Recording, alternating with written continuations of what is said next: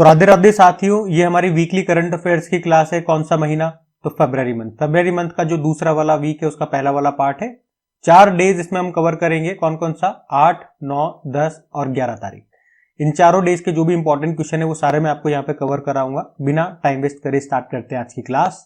तो इस क्वेश्चन को एक तो इंपॉर्टेंट मार्क कर लेंगे आप। क्या पूछ रहा है? सूरजकुंड मेले का आयोजन ये कहां पर किया गया? कहां पर पूछा जाएगा तो आप सब आंसर कर दोगे। हरियाणा में किया जाता है। हरियाणा में भी कहां पे? फरीदाबाद में। लेकिन और क्या बातें याद रखनी है? इस बार ये इसका 38वां संस्करण है, याद रखना। ये एक तरह का शिल्प मेला है, याद रखना। क्राफ्ट मेला है, ये दुनिया का सबसे बड़ा क्राफ्ट मेला है। इसमें इस बार थीम स्टेट कौन कौन रहे? उड़ीसा और मध्य प्रदेश। और पार्टनर कंट्रीज कौन रही है? बिम्स्टेक कंट्रीज पार्टनर कंट्रीज रही है। तो ये 3-4 बातें आप ध्यान में रखिएगा। यहाँ पॉइंट टू पॉइंट मैं आपको बातें बताता हूँ। Exam related point two point description करता हूँ, कोई लॉन्ग में डिस्क्रिप्शन नहीं देता हूँ। ठीक है, तो पॉइंट टू पॉइंट चीजें बता रहा हूँ, इसको इसी तरह से याद रखना। अगला प्रश्न दिखता है। फिर अगले में देखो क्या पूछ रहे। जोमेटो ने अपना नाम बदल लिया। नाम बदल के क्या कर लिया? एटर्नल कर लिया है। जोमेटो के सीईओ कौन है? दीपेंद्र गोयल है। फिर अगले में पूछ रहे हैं अभी भारत के किस राज्य को आधिकारिक रूप से नक्सल मुक्त घोषित कर दिया गया है? तो आंसर हो जाएगा इसका कर्नाटक। वहां पे एक आखिरी नक्सली जो था उसका नाम था कोतेहुंडा रविंदर, उसने सरेंडर कर दिया और उसके बाद कर्नाटक को आधिकारिक रूप से नक्सली फ्री घोषित कर दिया। ये आप ध्यान में रखना। और वैसे केंद्र सरकार का लक्ष्य भी है 2026 तक भारत से नक्सलिज्म को समाप्त करना।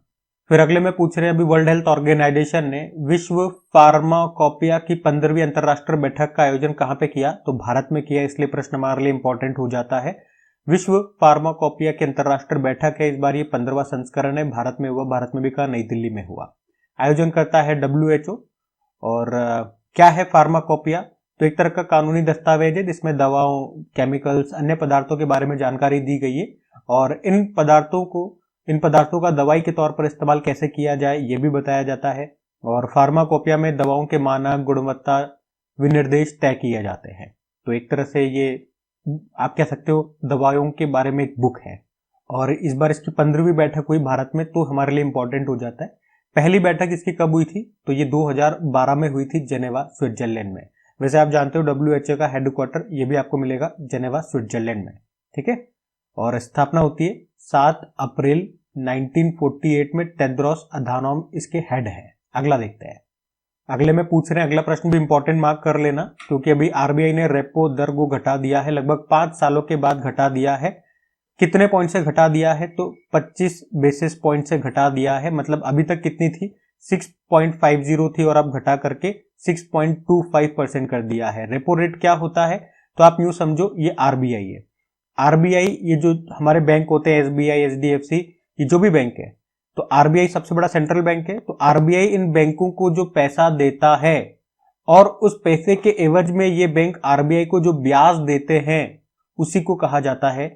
तो ये बैंक RBI को जो जिस रेट पे इंटरेस्ट देंगे वही कहलाता है रेपो रेट। तो इसके कम होने से एक्चुअली में हमारे ऊपर क्या फर्क पड़ेगा? हमारे ऊपर फर्क पड़ेगा कि ये जो बैंक आगे कस्टमर्स को लोन देंगे तो जिस इंटरेस्ट पे देंगे वो जो लोन देते हैं वो कम हो जाएंगे, क्योंकि अब ये बैंक RBI को कम रेट दे रहे हैं तो कस्टमर से भी कम रेट लेंगे। और इसी का उल्टा होता है रिवर्स रेपो रेट। बैंक जो RBI के पास में पैसा जमा करते हैं उसके एवज में RBI जो इंटरेस्ट रेट देता है उसको रिवर्स रेपो रेट कहते हैं। ये हमेशा कम होता है रेपो रेट से।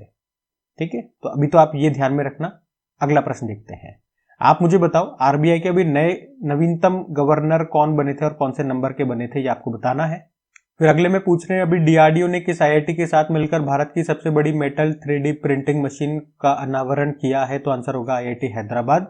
एक्चुअली में करने क्या वाले हैं? तो ये भारत की सबसे बड़ी मेटल 3D प्रिंटिंग मशीन है। इसमें क्या होगा? इसमें रक्षा क्षेत्र के जो उपकरण होंगे, जो कंपोनेंट होंगे, उनका निर्माण किया जाएगा इस 3D प्रिंटिंग मशीन में। तो याद रखना, इसे DRDO और IIT हैदराबाद ने मिलकर के तैयार किया है। फिर अगले में पूछ रहे हैं कि अमेरिका के बाद वर्ल्ड हेल्थ ऑर्गेनाइजेशन से अलग होने की घोषणा किस देश ने कर दी है? तो आंसर होगा अर्जेंटीना ने। तो अभी कुछ दिन पहले ही आप लोगों ने पढ़ा होगा WHO से अलग हो गया कौन? अमेरिका। और उसके बाद अर्जेंटीना ने भी इससे अलग होने की घोषणा कर दी है। अर्जेंटीना की स्टैटिक देख लेते हैं। ये साउथ अमेरिकी कंट्री है अर्जेंटीना। कैपिटल ब्यूनस आयर्स होती है, करेंसी होती है पीसो, प्रेसिडेंट है जेवियर मिले। और आपको याद होगा 2024 में जब 5 देश, टोटल 6 देश इसमें शामिल होने थे ब्रिक्स में, लेकिन सबसे पहले मना कर दिया था अर्जेंटीना ने। और ये प्रश्न 2 बार तो एग्जाम में पूछा भी जा चुका है। उसके बाद वैसे सऊदी अरब ने भी लास्ट में आते आते मना कर दिया। तो केवल 4 ही देश 2024 में ब्रिक्स में शामिल हुए थे। वो 4 कौन कौन से हैं, इनके नाम आपको बताने हैं। और अभी 2025 में ब्रिक्स में एक और देश शामिल हो गया, वो 10वें नंबर का है, वो इंडोनेशिया है। बाकी 4 के नाम आप बताइए। हम अगला देखते हैं। फिर अगले में पूछ रहे हैं कि चीन के बेल्ट एंड रोड इनिशिएटिव से बाहर होने वाला पहला लैटिन अमेरिकी देश कौन सा बन गया है, तो ये पनामा बन गया है। तो ये याद रखना, चाइना का जो बेल्ट एंड रोड इनिशिएटिव है ना, इसको one belt one road initiative या सिल्क रोड या सिल्क रूट के नाम से भी जानते हैं, जिसका उद्देश्य क्या है, यूरोप और अफ्रीका महाद्वीप तक अपना सामान पहुंचाना, और इसके लिए वो भूमि और समुद्र के रास्ते से महाद्वीपों को जोड़ना चाह रहा है। और अभी पनामा इससे बाहर हो गया, मतलब इसमें शामिल था और अमेरिका के दबाव में आकर के ऐसा इन्होंने घोषणा की, अमेरिका के दबाव में आकर के हम इससे बाहर हो रहे हैं। ठीक है, तो ये याद रखना। पनामा एक बार मैं आपको मैप में दिखा देता हूं। तो पनामा नहर नाम तो सुना ही होगा, तो ये रहा मैप में पनामा। पनामा सिटी इसकी कैपिटल होती है, यूएस डॉलर चलती है यहाँ पे, प्रेसिडेंट है जोस राउल मुलिनो। अच्छा, ये प्रश्न एग्जाम में आ चुका है। पनामा कैनाल ये या पनामा नहर किस किस को जोड़ती है, तो याद रखना अटलांटिक ओशन और पैसिफिक ओशन को जोड़ती है। ठीक है, ये प्रश्न आ चुका है एग्जाम में। एग्जाम में तो इसकी लंबाई भी पूछी गई थी, तो लगभग 82 किलोमीटर इसकी लंबाई होती है, ध्यान रखना। अगला प्रश्न देखते हैं। फिर अगले में पूछ रहे हैं, अभी फोर्ब्स की वर्ष 2025 के दुनिया के सबसे शक्तिशाली देशों की सूची आई थी, उसमें भारत को कौन से स्थान पे रहा, तो भारत को यहाँ पे 12वें स्थान पे रखा इन्होंने। अमेरिका की एक बिजनेस मैगजीन है फोर्ब्स, और इसी ने 2025 के सबसे पावरफुल देशों की लिस्ट जारी की। पहले पे अमेरिका को रखा, फिर चाइना, फिर रशिया, फिर यूके, और भारत को इसने 12वें स्थान पे रखा, ध्यान रखना ये। अगला देखते हैं।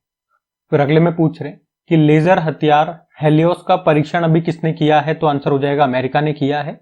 तो अभी अमेरिकी नौसेना ने ही हेलियोस नाम का उनका जो एक लेजर वेपन है उसका सफल परीक्षण किया है। ये वेपन ड्रोन जो होते हैं उनको नष्ट करेगा।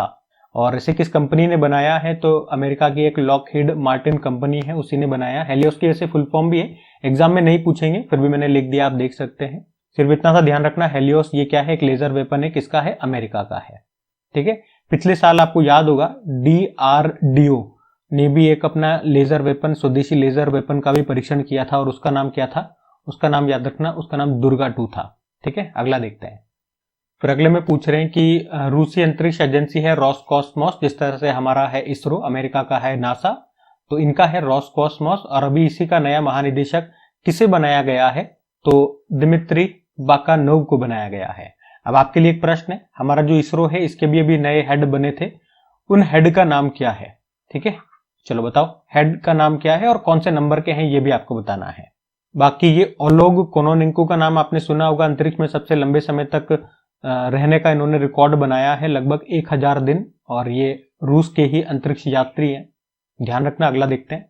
फिर अगला भी प्रश्न अच्छा है, हमारे जो नवीन व नवीकरणीय ऊर्जा मंत्री हैं, कौन, प्रहलाद जोशी, अभी उन्होंने या उनके अनुसार देश में स्थापित सौर ऊर्जा क्षमता कितनी है, तो मतलब अभी, और ये किस डेट तक का डेटा है, 31 जनवरी 2025 तक का डेटा है। इन्होंने कहा कि भारत में स्थापित सौर ऊर्जा, सोलर एनर्जी जो कैपेसिटी है वो कितनी हो चुकी है, 100 गीगावाट हो चुकी है। ये अचीवमेंट है हमारे लिए। वैसे हमारा लक्ष्य भी बता दूं मैं आपको क्या है, 2030 तक का अक्षय ऊर्जा का, रिन्यूएबल एनर्जी का, क्लीन एनर्जी या ग्रीन एनर्जी कुछ भी बोल दो, इसका हमारा लक्ष्य है 500 गीगावाट का। ठीक है, ये जरूर ध्यान में रखना, इसका तो उत्तर हो जाएगा 100 गीगावाट। गीगा मतलब क्या होता है, 10 की पावर 9 होता है, जिस तरह से मेगा होता है 10 की पावर 6, गीगा होता है 10 की पावर 9। फिर अगले में पूछ रहे हैं, अभी इंदौर के बाद किस शहर में भीख मांगने को अपराध घोषित कर दिया गया है, तो ये मध्य प्रदेश का ही एक और शहर है, भोपाल। तो इंदौर, उसके बाद भोपाल, यहाँ पे ना भीख मांग पाओगे ना भीख दे पाओगे। ऐसा करोगे तो वो अपराध माना जाएगा और उसके अंतर्गत आपको सजा होगी। सजा में क्या, 6 महीने तक जेल हो जाएगी और 2500 रुपये आपसे जुर्माना भी लिया जाएगा। अच्छा, ये भीख मांगने को जो अपराध है ये किसके अंतर्गत ऐसा किया जा रहा है, अपराध माना जा रहा है, तो अभी जो 3 नए कानून आए थे पिछले साल हमने पढ़ा था, उसमें एक था भारतीय नागरिक सुरक्षा संहिता BNSS 2023 की धारा 163 के तहत ऐसा कहा गया है कि यह अपराध है। फिर अभी पूछ रहे हैं, अभी फरवरी में ही राष्ट्रीय सफाई कर्मचारी आयोग का कार्यकाल कब तक के लिए बढ़ा दिया गया, फिर से 3 साल के लिए बढ़ा दिया गया, यानी कि अब 2028 कर दिया गया है। अभी इसका कार्यकाल अभी खत्म हो रहा था, अभी मार्च 2025 में ही। और अब 2028 तक के लिए 3 साल के लिए इसे बढ़ा दिया गया है। ठीक है, इतना ही आपको ध्यान रखना है। अगला देखते हैं। फिर अगले में पूछ रहे हैं अभी आईसीसी चैंपियंस ट्रॉफी 2025 का ऑफिशियल सॉन्ग रिलीज कर दिया गया, वो क्या है? तो आंसर हो जाएगा जीतो बाजी खेल के। यहाँ पे हम बात कर रहे हैं आईसीसी चैंपियंस ट्रॉफी 2025 की। इसे होस्ट कर रहा है पाकिस्तान, और भारत और पाकिस्तान का मैच आपको पता है यूएई में होगा। इस बार इसका नवा एडिशन है। ऑफिशियल सॉन्ग क्या है? जीतो बाजी खेल के। इसको आतिफ असलम ने गाया है। ठीक है, और देखते हैं कौन जीतता है कौन हारता है। 9 मार्च को रिजल्ट आएगा। और जो अगला एडिशन है ना, इसका 10वां एडिशन, वो 2029 में होगा और भारत उसको होस्ट करेगा। लास्ट वाला 2017 में हुआ था इंग्लैंड वेल्स में। पाकिस्तान जीत गया था, भारत को हरा दिया था। और पहला 1998 में हुआ था बांग्लादेश में। साउथ अफ्रीका जीत गया था, वेस्ट इंडीज को हराया था। ठीक है, तो ध्यान रखना। अगला देखते हैं। फिर अगले में पूछ रहे हैं कि वर्ल्ड हेल्थ ऑर्गेनाइजेशन ने पहली बार इबोला वैक्सीन का ट्रायल किस देश में शुरू किया है? तो आंसर हो जाएगा युगांडा में शुरू किया है। तो इंपॉर्टेंट प्रश्न हो जाएगा क्योंकि पहली बार है, मतलब पहली बार इबोला के खिलाफ वैक्सीन का ट्रायल ये किया गया। कहां पे किया गया? युगांडा देश में किया गया है। अब युगांडा में लेकर के चलता हूं, एक बार मैं आपको मैप में दिखा देता हूं। स्टैटिक देख लो, ये अफ्रीकी देश है युगांडा। कैपिटल कंपाला होती है। युगांडा शिलिंग यहाँ की करेंसी है। प्रेसिडेंट है योवेरी मुसेवेनी। फिर अगले में पूछ रहे हैं कि उत्तर भारत का पहला हरित हाइड्रोजन ग्रीन हाइड्रोजन प्लांट की आधारशिला अभी कहां पे रखी गई है? तो याद रखना हिमाचल प्रदेश में रखी गई है। हिमाचल प्रदेश में भी कहां पे? तो हिमाचल के सोलन जिले के दबोट में उत्तर भारत का ये पहला ग्रीन हाइड्रोजन प्लांट की आधारशिला फाउंडेशन स्टोन रखा गया। कैपेसिटी इसकी कितनी होगी? 1 मेगावाट इसकी कैपेसिटी होगी। ठीक है, और खर्च होएगा 9.04 करोड़ रुपए। और वैसे हिमाचल प्रदेश का लक्ष्य भी है 2026 तक भारत का पहला हरित ऊर्जा राज्य बनने का। ठीक है, तो ये ध्यान रखना। अगला देखते हैं। फिर अगले में पूछ रहे हैं कि वित्त वर्ष 2023-24 में भारतीय निर्यात का शीर्ष गंतव्य देश कौन सा है? तो आंसर हो जाएगा अमेरिका है। मतलब सबसे ज्यादा हमने एक्सपोर्ट किया है अमेरिका को।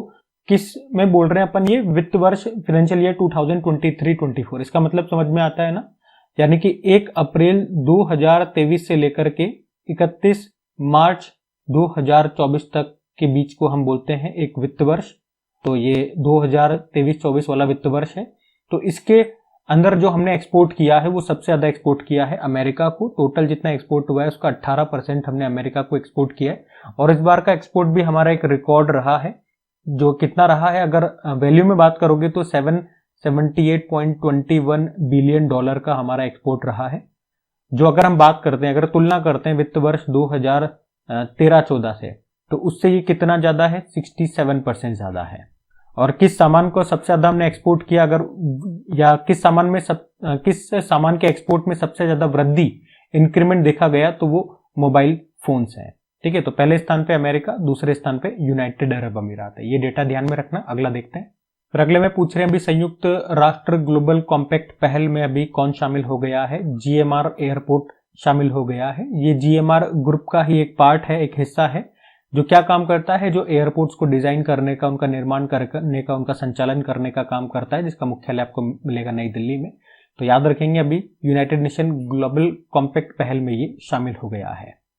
फिर अगला प्रश्न भी इंपॉर्टेंट रहेगा कि अभी भारत की पहली फेरेट रिसर्च सुविधा फैसिलिटी अभी कहां पर शुरू हुई है? तो याद रखेंगे हरियाणा में ये शुरू हुई है। हरियाणा में भी कहां पे? फरीदाबाद में। भारत की पहली फेरेट रिसर्च फैसिलिटी है ना। और क्या होगा यहाँ पे मैं आपको बता दूं। देखो, जो संक्रामक रोग होते हैं, संक्रामक रोग यानी कि जो कम्युनिकेबल डिजीज होती है, एक दूसरे से फैलती है, उन पर यहाँ पर रिसर्च की जाएगी, वैक्सीन तैयार की जाएगी, उनका परीक्षण किया जाएगा। फेरेट क्या होता है? फेरेट एक तरह का एनिमल होता है। ठीक है, और इसकी खास बात क्या है? इस एनिमल का जो रेस्पिरेटरी सिस्टम है, श्वसन तंत्र है, वो जो ह्यूमन यानी कि हम लोग हैं, हमारा जो श्वसन तंत्र है उसके जैसा ही होता है। तो रेस्पिरेटरी सिस्टम, श्वसन तंत्र से संबंधित जो भी रोग हैं, तो उनका जो परीक्षण होगा ना, उन रोगों के लिए जो भी वैक्सीन बनेगी, जो भी टेस्टिंग की जाएगी, तो हम इन पे करेंगे, मानव पे नहीं करेंगे, इन पे करेंगे। क्योंकि आपको पता है सारे टेस्टिंग ये जानवरों पे ही होती है।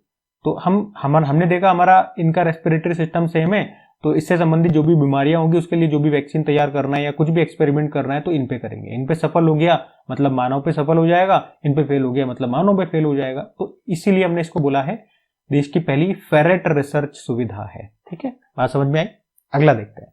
अगला प्रश्न देखो, बीएपीएस जो संस्था है जो मंदिरों का निर्माण करती है, जिसका फुल फॉर्म होता है बीएपीएस, मतलब बोचासन वासी अक्षर पुरुषोत्तम स्वामी नारायण संस्था। और अभी इसी ने दक्षिणी गोलार्ध यानी कि सदर्न हेमिस्फेयर, हमारे पृथ्वी का जो नीचे वाला आधा हिस्सा है, तो दक्षिणी गोलार्ध का सबसे बड़ा हिंदू मंदिर का भी उद्घाटन कहाँ पे किया है? तो कहाँ पे किया है याद रखना, साउथ अफ्रीका में किया है। और साउथ अफ्रीका में भी कहाँ पे? तो जोहान्सबर्ग जो स्थान है वहां पे इन्होंने इसका उद्घाटन किया। बीएपीएस से आपको याद आएगा, पिछले साल बीएपीएस हिंदू मंदिर का उद्घाटन किया गया था यूनाइटेड अरब अमीरात में, जिसका खुद उद्घाटन प्रधानमंत्री नरेंद्र मोदी ने किया था। ठीक है, बहुत सारे हिंदू टेम्पल ये बनाते हैं, ध्यान रखना इसको। अगला प्रश्न देखते हैं। फिर अगले में पूछ रहे हैं, अभी चर्चा में रहा था एक आर्टिफिशियल सन है जिसका नाम ईस्ट है, ये किस देश का है? तो ये चाइना का है। ईस्ट का मतलब होता है एक्सपेरिमेंटल एडवांस सुपर कंडक्टिंग टोकामेक। अब ये न्यूज में क्यों है? क्योंकि अभी इसमें क्या किया गया, 100 मिलियन डिग्री सेल्सियस तापमान मेंटेन रखा गया, वो भी कितनी देर तक? 1000 प्लस सेकेंड तक के लिए, जो अभी तक का एक रिकॉर्ड है पूरी दुनिया में। ठीक है, इसलिए ये एक बार फिर से न्यूज में था, तो ध्यान रखना। ये आर्टिफिशियल सन है। ईस्ट क्या है? आर्टिफिशियल सन है। किस देश का है? चाइना का है। इसी तरह से साउथ कोरिया का भी एक आर्टिफिशियल सन है, स्टार। ये भी कुछ समय पहले न्यूज में था, क्योंकि इसने भी 100 मिलियन डिग्री सेल्सियस तापमान को मेंटेन किया था, लेकिन उसने केवल 20 सेकंड तक के लिए किया था। ठीक है, तो स्टार साउथ कोरिया का है, ईस्ट चाइना का है। एक ये प्रश्न भी देखो, स्पेस से ही संबंधित है कि नेविगेशन सैटेलाइट है मित्सुबिशी 6, अभी इसको किसने लॉन्च किया है? तो इसको जापान ने लॉन्च किया है। आप कह सकते हो एक तरह से ये उनका एक नेविगेशन सैटेलाइट को मजबूत करने के लिए इन्होंने ये एक नेविगेशन सैटेलाइट लॉन्च किया। अच्छा, नासा का जो नेविगेशन सिस्टम है उसका नाम क्या है? अच्छा, एक बार ये प्रश्न भी देख लो, स्पेस से ही संबंधित है। नेविगेशन सैटेलाइट है मित्सुबिशी 6, इसको किसने लॉन्च किया है? तो मित्सुबिशी इसको जापान ने लॉन्च किया है। ये एक तरह का नेविगेशन सैटेलाइट है, मित्सुबिशी 6 इसका नाम है। और इसको इन्होंने किस रॉकेट से लॉन्च किया? H3 रॉकेट से लॉन्च किया है। जापान का जो नेविगेशन सिस्टम है ना, उसको कहते हैं QZSS। इसी को मजबूती प्रदान करने के लिए इन्होंने ये सैटेलाइट लॉन्च किया है। आपको याद होगा जिस तरह से अभी हमने हमारा नेविगेशन सैटेलाइट NVS-02 को भी लॉन्च किया था हमारे नेविगेशन सिस्टम को मजबूत करने के लिए, और हमारे नेविगेशन सिस्टम का नाम है नाविक। तो उसी तरह से इन्होंने भी किया है। ठीक है, नेविगेशन जो सिस्टम है अलग अलग देशों के अलग अलग होते हैं। जैसे हमारा नाविक हो गया, अमेरिका का GPS है, रशिया का ग्लोनास है, चाइना का बाइडू है। तो ये अक्सर न्यूज में रहते हैं, तो मैंने यहाँ पे लिख दिया है, आप ध्यान रखना इनको तो कम से कम। अगला प्रश्न हम देखते हैं। फिर अगले में पूछ रहे हैं, विश्व दलहन दिवस वर्ल्ड पल्सेस डे कब मनाया गया? 10 फरवरी को मनाया जाता है। और याद रखना 2016 को अंतरराष्ट्रीय दलहन वर्ष के रूप में मनाया था। थीम भी है pulses bringing diversity to agri food system. वैसे 10 फरवरी को नेशनल डी वार्मिंग डे, राष्ट्रीय कृमि मुक्ति दिवस के रूप में भी हमने मनाया, ये भी ध्यान रखना। फिर अगले में पूछ रहे हैं, अभी किस देश के प्रथम राष्ट्रपति सैम नुजोमा का निधन हो गया? तो नामीबिया आंसर हो जाएगा। नामीबिया देश के या स्वतंत्र नामीबिया के पहले ये राष्ट्रपति थे, जिन्होंने नामीबिया को 1990 में साउथ अफ्रीका से स्वतंत्रता दिलाई थी और पहले यहाँ के राष्ट्रपति बने थे। सैम नुजोमा इनका नाम है, याद ध्यान में रखिएगा। एक बार मैं आपको नामीबिया मैप में भी दिखा देता हूँ। ये साउथ अफ्रीकी देश है नामीबिया। विंडहोक यहाँ की कैपिटल होती है, नामीबियन डॉलर करेंसी है। वर्तमान में प्रेसिडेंट, ये दिसंबर में बनी थी, आप कह सकते हो नामीबिया की पहली महिला प्रेसिडेंट है ये। नाम है नेटुम्बो नंदी नदेतवा। ठीक है, तो ये ध्यान रखना। और यहाँ के पहले राष्ट्रपति का भी निधन हो गया। इंपॉर्टेंट प्रश्न रहेगा ये। अगला देखते हैं। फिर अगले में पूछ रहे हैं, अंतरराष्ट्रीय मिर्गी दिवस एपिलेप्सी डे, तो ये मनाया जाता है 10 फरवरी को ही। थीम है माई एपिलेप्सी जर्नी। ये इंटरनेशनल एपिलेप्सी डे है। एक भारत में भी मनाते हैं राष्ट्रीय मिर्गी दिवस के रूप में, वो 17 नवंबर को होता है। ये भी मैंने आपको साथ में बताया, ध्यान में रखना। फिर अगले में पूछ रहे हैं, अभी फरवरी में ही भारत और किस देश के बीच में एक संयुक्त सैन्य अभ्यास है साइक्लोन। तो साइक्लोन एक्सरसाइज किस किस के बीच होता है? तो भारत और ये इजिप्ट यानी कि मिस्र के बीच होता है। अभी जो हुआ तीसरा संस्करण है, तीसरी बार हो रहा है। कहाँ पे? राजस्थान में। राजस्थान के महाजन फील्ड फायरिंग रेंज में हो रहा है। भारत की तरफ से पैराशूट रेजिमेंट ने हिस्सा लिया है। तो एक्सरसाइज का नाम याद रखेंगे, किनके बीच होता है ये याद रखना, कौन सा एडिशन है ये याद रखना, और कहां पर हुआ ये याद रखना है। इजिप्ट के भी दर्शन करा दूं एक बार मैं आपको। तो ये रहा इजिप्ट, अफ्रीकी देश है। कायरा यहाँ की कैपिटल होती है, मिस्र pound, Egyptian pound currency. Abdel Fattah al Sisi यहाँ के प्रेसिडेंट है। नील नदी का वरदान कहा जाता है इजिप्ट को। ठीक है, अगला देखते हैं। फिर अगले में पूछ रहे हैं, अभी दुनिया का सबसे बड़ा झूमर महोत्सव, जो कि एक तरह का नृत्य महोत्सव है, ये कहां पर मनाया जाएगा तो याद रखना असम में, असम के गुवाहाटी में मनाया जाएगा ये, जिसमें चीफ गेस्ट प्रधानमंत्री नरेंद्र मोदी है। 25 और 26 फरवरी को होगा। दुनिया का सबसे बड़ा झूमर झूमर महोत्सव है, ये असम में होता है। ठीक है, ध्यान रखना। ये अगला देखते हैं। फिर पूछ रहे हैं अभी मणिपुर के मुख्यमंत्री जी ने यहाँ पे इस्तीफा दे दिया है, नाम क्या है? तो मणिपुर के मुख्यमंत्री का नाम एन बीरेन सिंह है। और क्यों इस्तीफा दे दिया, क्या मुख्य कारण है? तो मुख्य रूप से दो समुदाय हैं यहाँ पे, एक को आप जानते हो मैतेई के नाम से और एक है कुकी, और काफी समय से इनके बीच में संघर्ष चल रहा है। मुख्य रूप से मेन जो संघर्ष है वो 2023 में स्टार्ट हुआ था। और किसको लेकर के संघर्ष चल रहा है? अनुसूचित जाति का दर्जा मिलने को लेकर के, क्योंकि जो कुकी है ये पहले से अनुसूचित जनजाति है, लेकिन जो मैतेई लोग हैं उन्होंने कहा कि हमें भी अनुसूचित जनजाति में आना है, तो इसका विरोध किया कुकी वालों ने, और ये लड़ाई इसी कारण से चालू हुई। और आप जानते हो बाकी आगे की कहानी क्या है। उसको कंट्रोल नहीं कर पाए यहाँ के मुख्यमंत्री, तो दबाव बनाया गया काफी समय से, और अब जाकर के उन्होंने इस्तीफा दिया है। तो नाम ध्यान रखना। मणिपुर के स्टैटिक जरा देख लो, ये एग्जाम में आ सकते हैं। और जो नॉर्थ ईस्ट स्टेट्स होते हैं वो इंपॉर्टेंट रहते हैं, उसके स्टैटिक तो पता ही होने चाहिए। तो कैपिटल इम्फाल होती है, गवर्नर अब अजय कुमार भल्ला है। मुख्यमंत्री अब कौन बनते हैं नए वो देखते हैं। लोकटक झील आपको यहाँ मिल जाएगी, दुनिया का एकमात्र तैरता हुआ national park. Kabul Lamjao national park आपको यहीं पे मिलेगा। यहाँ का मार्शल आर्ट थांगटा होता है। ठीक है, अगला प्रश्न देखते हैं। फिर अगले में पूछ रहे लेबनान देश के नए प्रधानमंत्री कौन बन गए हैं? तो बड़ा सिंपल नाम है, नवाब सलाम। सिंपल क्यों है? क्योंकि पिछले साल हमने इनका नाम खूब पढ़ा था। इंटरनेशनल कोर्ट ऑफ जस्टिस के ये नए हेड बने थे, तो अभी ये यहाँ के प्रधानमंत्री बन गए। दिसंबर में हमने देखा यहाँ के नए प्रेसिडेंट बने थे जोसेफ ऑन, ये प्रेसिडेंट बने, ये प्रधानमंत्री बन गए। ध्यान रखना। लेबनान एक बार मैं आपको दिखा दूं मैप में कहां पर है। ये रहा मैप में लेबनान, जिसकी कैपिटल होती है बैरूत। लेबनीज पाउंड यहाँ की करेंसी है। ठीक है, ये दोनों नए बने हैं, ध्यान रखना इनके नाम। अगला प्रश्न देखते हैं। फिर अगले में पूछ रहे हैं अभी फरवरी में ही भारतीय सेना और भारतीय वायुसेना ने संयुक्त रूप से एक संयुक्त हवाई अभ्यास किया, उसका नाम क्या है? तो विंग्ड रेडर्स इसका नाम है। ठीक है, तो भारतीय थल सेना वायुसेना ने दोनों ने मिलकर के पूर्वी कमान में विंग्ड रेडर्स नाम से एक प्रशिक्षण अभ्यास किया है। आपस में तालमेल बढ़ाना यही इसका मुख्य उद्देश्य था, तो यह आप ध्यान रखिएगा। विंग्ड रेडर्स नाम याद रखना। फिर ये भी अच्छा प्रश्न है, क्योंकि काफी बार इसके वेन्यू चेंज हुए। तो अब बोला गया मई 2025 में वेव्स समिट कहां पर होगा? वेव्स मतलब world audio video entertainment summit. Important हो जाता है क्योंकि पहली बार इसका आयोजन हो रहा है और भारत इसको होस्ट कर रहा है, लेकिन भारत हर बार इसका वेन्यू चेंज कर रहा है, ये थोड़ी समस्या है। पहले इन्होंने बोला था नवंबर में होगा, नवंबर 2025 में गोवा में होगा, फिर चेंज कर दिया, फिर बोला फरवरी में होगा और फरवरी में नई दिल्ली में होगा, फिर चेंज कर दिया, बोल रहे हैं मई में होगा। भाई मई में पक्की बात है, मई में होगा, मुंबई में होगा, देखते हैं होगा नहीं होगा। तो अभी तो हम मुंबई याद रखना, लेटेस्ट अपडेट यही है। ठीक है, तो बस इतना ही है इस प्रश्न में और यही ध्यान रखना है। एक ये टेनिस वाला प्रश्न भी देखो कि 2025 में जो भी Chennai open ATP Challengers tournament हुआ उसको किसने जीता, उसमें एकल खिताब किसने जीता? अब देखो यहाँ पे आपसे ये नहीं बोला गया, तो आप ये मत सोचना इसमें न तो वुमेन सिंगल बोला ना मेन सिंगल बोला, केवल बोल दिया सिंगल्स का खिताब। ये जो एटीपी यहाँ पे लिख दिया ना, इसका मतलब ही हो गया ये पुरुषों का है, एसोसिएशन ऑफ टेनिस प्रोफेशनल, ये पुरुषों का होता है। ठीक है, तो वुमेन सिंगल की यहाँ पे बात कर रहा है, इसको केरियन जैकवेट ने जीत लिया है। तो यहाँ पे हम चेन्नई ओपन टेनिस प्रतियोगिता की बात कर रहे हैं, हुआ कहाँ पे? तमिलनाडु के नुंगमबक्कम में हुआ। और मेन सिंगल में इसको फ्रांस के किरियन जैकवेट ने जीत लिया है, स्वीडन के एलियास यमोर को हराया।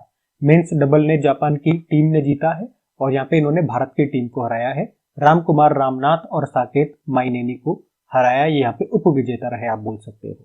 एसोसिएशन ऑफ टेनिस प्रोफेशनल, जिसका मुख्यालय आपको मिलेगा लंदन यूके में। तो ये थी हमारी आज की क्लास। कमेंट करके जरूर बताइएगा सेशन आपको कैसा लग रहा है। वीकली करंट अफेयर्स आपको अच्छे लग रहे हैं, प्लीज इन्हें सपोर्ट जरूर कीजिए, दोस्तों के साथ में एक बार शेयर जरूर कीजिए। लाइक नहीं करा तो लाइक कर देना और शेयर करना मत भूलना यार, एक बार शेयर कर दिया करो अपने स्टडी ग्रुप में, अपने फ्रेंड सर्कल के साथ। बाकी इतना ही रखते हैं आज के लिए। राधे राधे।